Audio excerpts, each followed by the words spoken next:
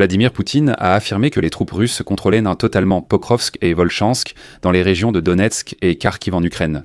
Le soir du 30 novembre, le chef d'état-major des forces armées russes, Valery Gerasimov, en a fait le rapport au président de la Fédération de Russie.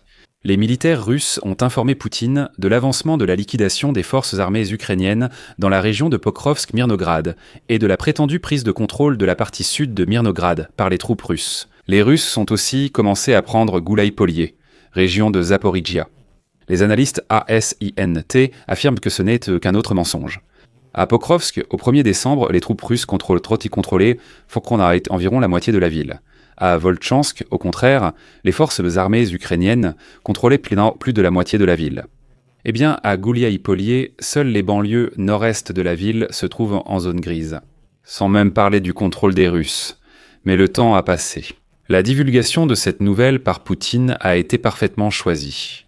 Le but de la rencontre soigneusement planifiée de Poutine avec le haut commandement militaire de la Fédération de Russie était de montrer au monde que la Russie prétendait remporter une victoire totale en Ukraine. En effet, cette déclaration a été faite juste avant la rencontre avec l'émissaire de Trump, Steven Witkoff, qui est venu à Moscou pour parler de la paix en Ukraine. Eh bien, jugez par vous-même. Le Kremlin a déclaré que Poutine avait été informé de la prise de Pokrovsk il y a déjà 2 jours, mais il n'a rendu cette information publique qu'aujourd'hui, juste à la veille de la rencontre du dictateur russe avec le principal assistant du président américain Donald Trump. Je m'appelle Alexei Pichi, discutons ensemble de ce sujet. Mais avant de commencer, je vous demande de vous abonner à cette chaîne, de liker cette vidéo et d'écrire un commentaire détaillé en dessous. De plus, abonnez-vous à ma chaîne Telegram Pichi News. Le lien se trouve dans la description de cette vidéo. Nous y publions les actualités en temps réel dès leur arrivée. Et si vous souhaitez soutenir le travail de cette chaîne YouTube, vous pouvez le faire avec n'importe quel don ou un abonnement payant, en utilisant les liens et les coordonnées de Tetkuze Toleone dans la description de cette vidéo.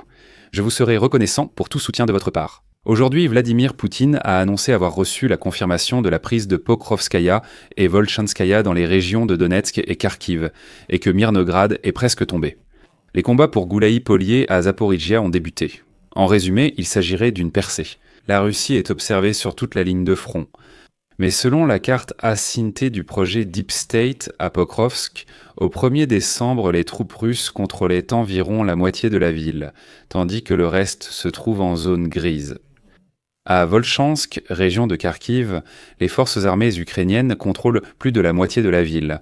À Goulaï-Polye, seules les banlieues nord-est sont en zone grise. L'Institut américain pour l'étude de la guerre et le projet finlandais ASSINT du groupe Blackbird n'ont pas non plus confirmé la prise de Pokrovsk et de Volchansk.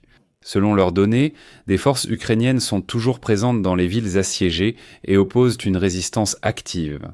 Mais pour Poutine, tout était déjà capturé. En même temps, les auteurs du projet Deep State soulignent qu'à chaque fois après le nettoyage de certains quartiers de la ville, les troupes russes y amènent de nouveaux soldats, c'est-à-dire par vague, par vague, par vague. Et je sais qu'il y avait déjà une vidéo qui circulait sur Telegram, vous avez peut-être pu la voir. Avec quelles attaques locales ils assiègent ce Pokrovsk.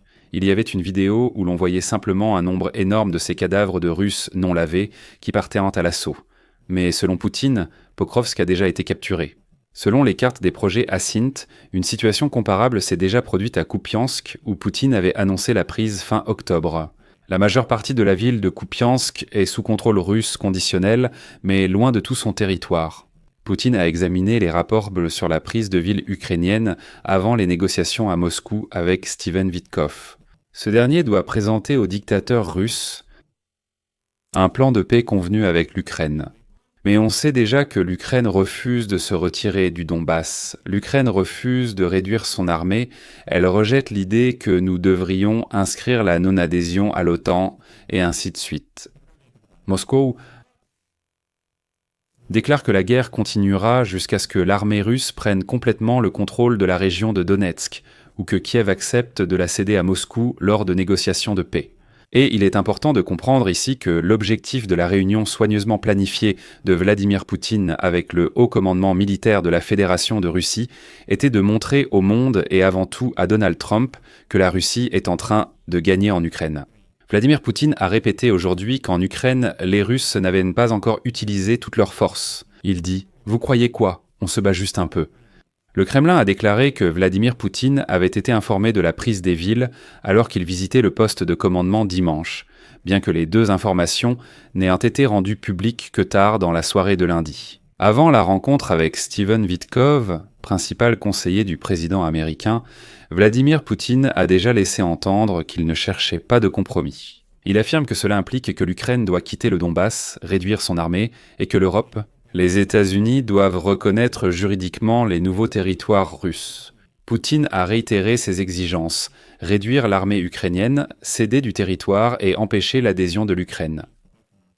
La proposition de Witkoff à Poutine n'a pas été rendue publique, mais l'Ukraine a clairement fait savoir qu'elle ne pouvait accepter aucun plan de paix qui porterait atteinte à sa souveraineté, conformément aux exigences de Moscou.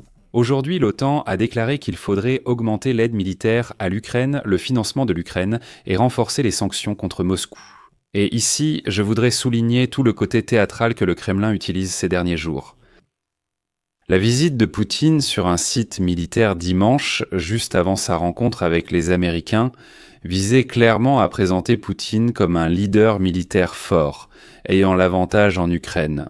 Contrairement au président ukrainien Volodymyr Zelensky, qui se rend assez régulièrement sur la ligne de front pour rencontrer les soldats ukrainiens, le dictateur chauve russe essaie de rester aussi loin que possible de la guerre.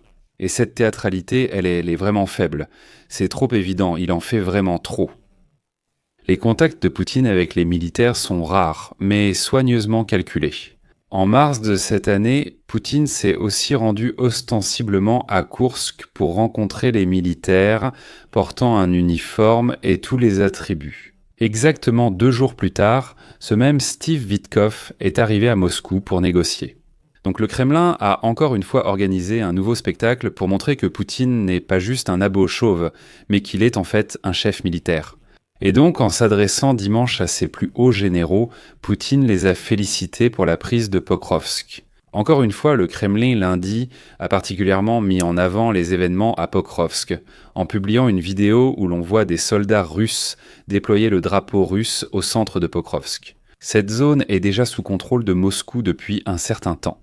Autrement dit, ce n'est pas une nouvelle de lundi, mais elle a été présentée précisément lundi soir afin de donner un prétexte à la veille de la rencontre entre Poutine et Witkoff.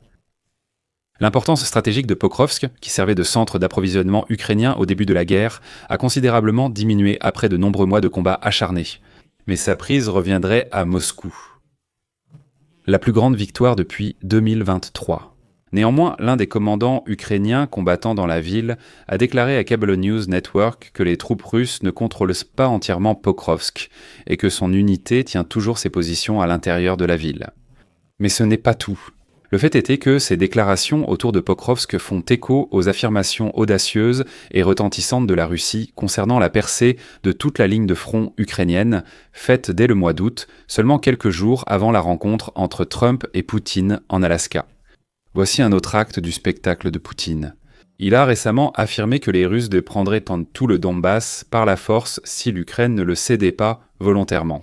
Et aujourd'hui, Poutine déclare que, je cite, « les militaires russes avancent à un rythme garantissant l'accomplissement de toutes les tâches fixées ». Si Poutine réussit à persuader le monde, surtout Steven Witkoff et Donald Trump, de l'inévitabilité de la victoire russe, cela suscitera des questions chez les alliés de l'Ukraine. Pourquoi soutenons-nous l'Ukraine ? Peut-être devrions-nous déjà forcer Kiev à capituler ? Si la victoire de la Russie est inévitable, ne vaudrait-il pas mieux négocier ? La stratégie de Poutine est en réalité claire. Il faut admettre que le mois dernier, les Russes ont accéléré la conquête des territoires. Malheureusement. Mais la dernière évaluation du rythme de progression des troupes russes, réalisée par l'Institut pour l'étude de la guerre, indique que la victoire militaire de la Russie en Ukraine est inévitable. Et que la prise rapide par la Russie du reste de la région de Donetsk, dont Poutine menace, est peu probable. Cela prendra beaucoup de temps. Pokrovsk, ils l'ont tourmenté pendant plus d'1 an. C'est pourquoi, même si Poutine et ses commandants militaires continuent de vanter les succès russes et de répandre des rumeurs sur leur victoire inévitable pour la Russie, le moyen le plus simple d'obtenir ce qu'ils veulent est soit de forcer l'Ukraine à conclure un accord défavorable, soit de convaincre les alliés de l'Ukraine de réduire leur soutien. Malheureusement, ils réussissent avec Trump. Et tout dépend maintenant de ce que l'émissaire de Trump, Witkoff, rapportera de Moscou. Dans cet épisode, je mets des points de suspension. Votre avis, vos conclusions, écrivez-les dans les commentaires sous cet épisode. Abonnez-vous à la chaîne, cliquez sur la cloche et n'oubliez pas de mettre un like. C'est tout pour aujourd'hui. Prenez soin de vous. Au revoir à tous.